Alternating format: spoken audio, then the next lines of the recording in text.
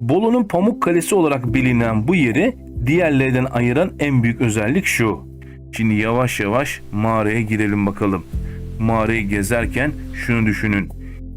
Selam dostlar. Şimdi sizleri Bolu'nun tam kalbine, doğanın gerçekten ben buradayım dediği bir yere götürüyorum. Nereye mi? Akkaya travertenlerine. Bolu il merkezinin yaklaşık 8-10 kilometre güneybatısında Mudurnu yolu üzerindeki Çepnik köyü yakınlarında bulunan bu etkileyici oluşum boşuna ben Bolu'nun Pamuk Kalesi'yim demiyor. Çünkü burası resmen kuvars karbonat yığılmasıyla oluşmuş özel bir doğa harikası. Bolu'nun Pamuk Kalesi olarak bilinen bu yeri diğerlerinden ayıran en büyük özellik şu. Yaklaşık 7,5 hektarlık bir alanı kapsıyor ve bu alanın %95'i tufalar ve travertenlerden oluşmuş. Ayrıca yaş tayinleri de bize şunu gösteriyor. Bu yapı geç Pleistosen dönemine ait. Yani yaklaşık M.Ö. 17.000 ile 19.000 yıllar içerisinde birikmeye başlamış. Sizin anlayacağınız burası yeni bir oluşum değil. Binlerce yıl sabırla örülen bir doğa harikası. Ayrıca burası buzul çağında görmüş demek. Alandaki karbonatlı çökeltiler içinde akarsu çakıl taşlarıyla birlikte gelişmiş ve tufalara dönüşmüştür. Alanın büyük bir kısmı Akkayalar diye isimlendirilen bu tufalarla kaplıdır. Diğer kısımlarda ise travertenler vardır.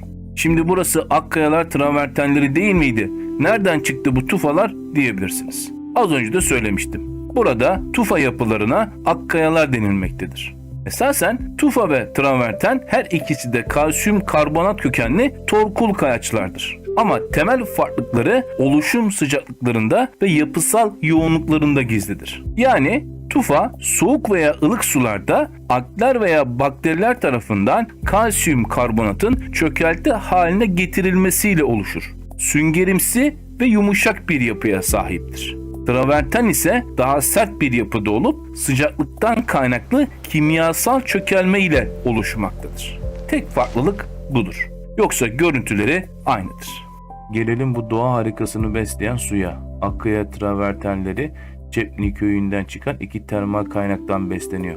Bu kaynaklardan biri doğu kaynağı, diğeri ise batı kaynağı. Aralarındaki mesafesi yaklaşık olarak 250 metre.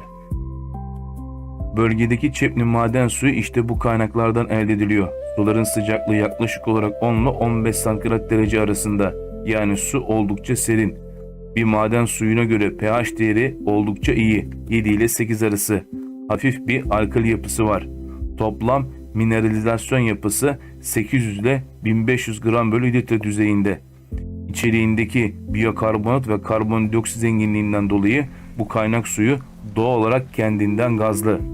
Yani bu su traverten oluşumu için tam bir anahtar rol üstleniyor. İz elementleri olarak bilinen potasyum, florür ve sülfat bu kaynak suyun içinde mevcut.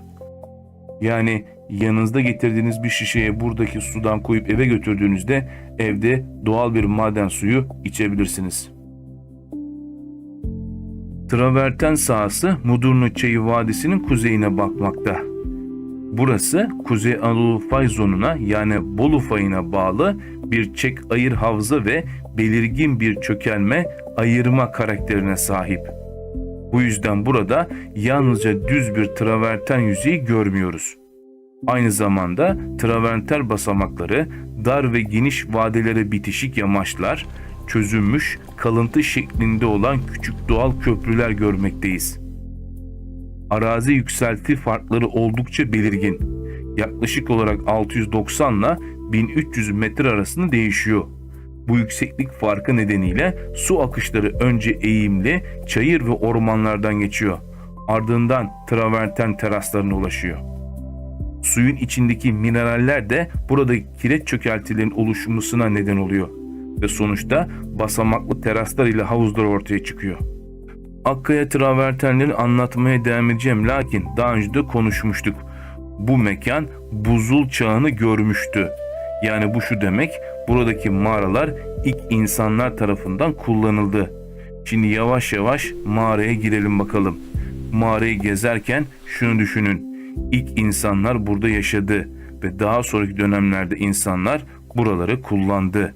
Yani burada bir yaşanmışlık var. Bölgenin jeomorfolojik gelişimi Pleistos'tan sonrası genç tektonik hareketler yani neotektonik süreçler tarafından şekillendirilmiş.